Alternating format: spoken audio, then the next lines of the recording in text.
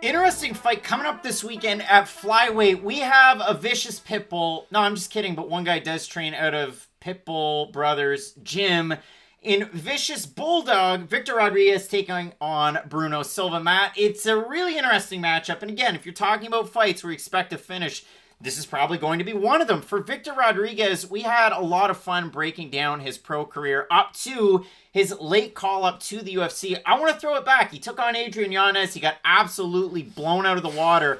But the original bit of preview still stands. We're going to throw it over to that, and then we'll whip it right on back. And for Victor Rodriguez, coming in on short notice out of AK-49 Fight Club up there in Alaska there, eh? You look at some of his fights, he's a purple belt in Brazilian Jiu-Jitsu. This guy's a southpaw. He throws 110% into every single strike. And if he doesn't finish you early, I'd worry about it. You go back and watch his last fight. He was taking on a really tough out in Jared Mazurek, who's 8-1 going into it, finishes him in the second round. Mazurek looked like a brick shithouse in that one. These guys slugged it out. I mean, Mazurek took him down early. Rodriguez got up, got a takedown of his own. Again, slugged it out. I can't emphasize this enough. The guy throws everything into his shots. And I mean, you look at his overall career record. He lost in 2014 to Jet Bailey. It's solid as a Rock FC. He lost to Johnny, we're going to ride those Tauntaun, and get knocked out in the first round of that fight. But apart from that, a decent record. Again, the jiu-jitsu background, you can tell just off of a limited sample size if you go back and watch the Alaska FC fights that the guy is well-rounded.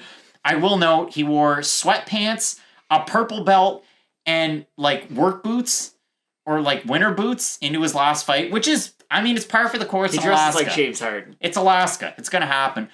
This is such a mismatch. Like, it's such I'm glad you said it. Odd deal of matchmaking.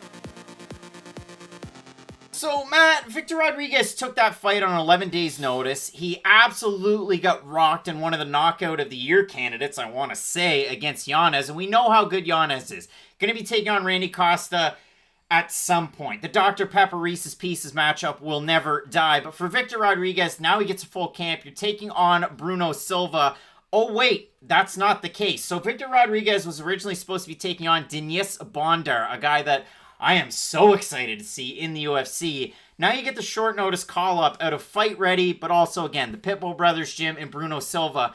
And if you wanted to see a small man that fights like a smaller version of Patricio Pitbull, but maybe without some of the finished qualities, Bruno Silva's your guy. Looked great against JP Bays last time out. Bruno Silva was a fighter who, for the longest time, I disliked a lot of things about his game. I'll be completely honest about that. But he's one of those fighters, and we say this, hey, I don't think you're that thing until you are that thing. And sometimes it does take a really impressive performance for me to change my opinion about a fighter. But that's exactly what Bruno Silva went out there and did against JP Bays. And hey, maybe you're not that fired up about JP after how bad he looked in that fight. But Bruno Silva, I just think, did everything right. We finally saw what we were sort of promised when he first came to the UFC. You saw the power, you saw the wrestling, you just saw the overall package of Bruno Silva. And that's the thing.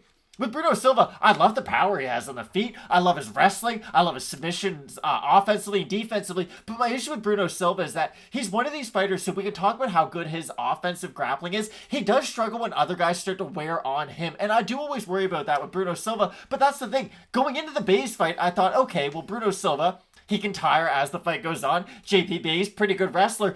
I didn't see any of that, though. I just saw Bruno Silva, who wasn't looking to grapple just because he's good at it. He wasn't grappling, so he knew he wouldn't get tired as the fight went on. He was fighting in just a much smarter way than I'd ever seen him fight before. And I do think at some point you just have to take your hat off and say, listen, Bruno Silva, you're not the fighter that I originally thought you were. And for Silva, again, I can't say enough good things about him after that last performance. And maybe you don't think JP Bays is la creme de la creme, but like Bruno Silva went out there and did exactly what he was asked to do. He put on a great performance against a really hyped up prospect. So again, I can't say any more great things about Bruno Silva coming into this fight. And for Silva, made it competitive against David Dvorak. It lends credence to what you said. Defensively, maybe there's a little bit to be desired. He could have beaten Tagir Ulanbekov depending on who you asked. Sure. And that was a fight where he's a really big underdog. And in the fight against Bays, I know we both had Bays in that one, but you're right. Silva looked amazing in that one.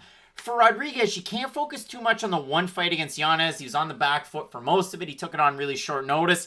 He weighed in at an odd spot. And again, this one at 125 pounds. He was 133 for that fight at 135. I'd say he's undersized, but then you look at Victor Rodriguez when he was fighting in Alaska. So let's go through it for a bit. We already talked about the Mazarek fight. He weighs in 135 is the fight. The fight at Metal and Mayhem 2 against John George. That one's at bantamweight. Before that, Blood, Sweat, and Beers. That one was at featherweight. Before that, Alaska FC 138 at featherweight. And so on and so forth. So maybe the fight at flyweight, that was the way to go. Maybe he was already on his way to flyweight. He thought the call would come to the UFC. Victor Rodriguez, really, really heavy-handed, really, really explosive guy. I worry so much about the gas tank and the level of opposition that he faced with Alaska FC. If he beats Bruno Silva, same thing. With Silva beating Bays, maybe all of a sudden Victor Rodriguez takes a big jump up in stock in my mind.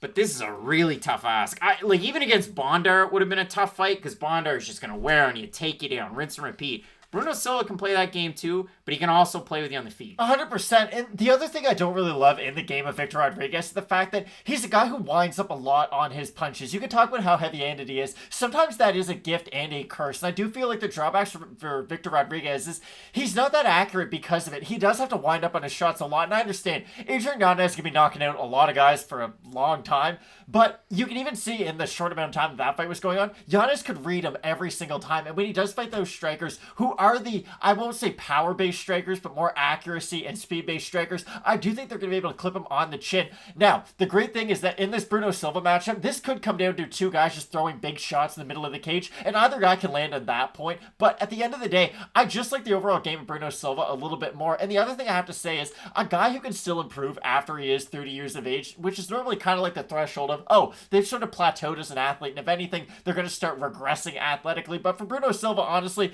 he's shown the ability to improve even at this later stage of his career, and I just got to take my hat off to him. For Bruno Silva coming in here, pretty big favorite. Open a minus 300. He's now minus 341. For Victor Rodriguez, open a plus 250. He's a plus 263. If we have a look on Tapology, it's a surprise to us as it is to you. 943 total votes, 86% Silva, 66% by knockout. For the 14% that have Rodriguez, 53% by knockout. Again, maybe he does something to surprise us. I'm eager to see the weight cut. Again, you're part of the way there at 133, I guess, so to speak, his last time out. But full camp, you're getting ready for Bondar, the grappler. Bruno Silva, Brazilian Jiu-Jitsu black belt, trains with some of the best in the world in the Pitbull brothers, Henry Cejudo, whoever they happen to feature at Fight Ready in Arizona. But yeah, I like Bruno Silva in this fight as well.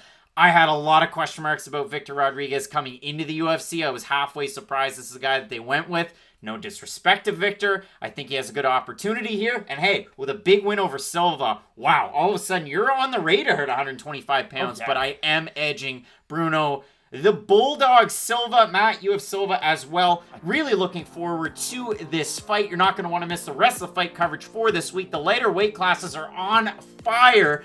Font Garbrandt in the main event. So keep it locked in with Fight Night Picks, as we always say. Let's get into it.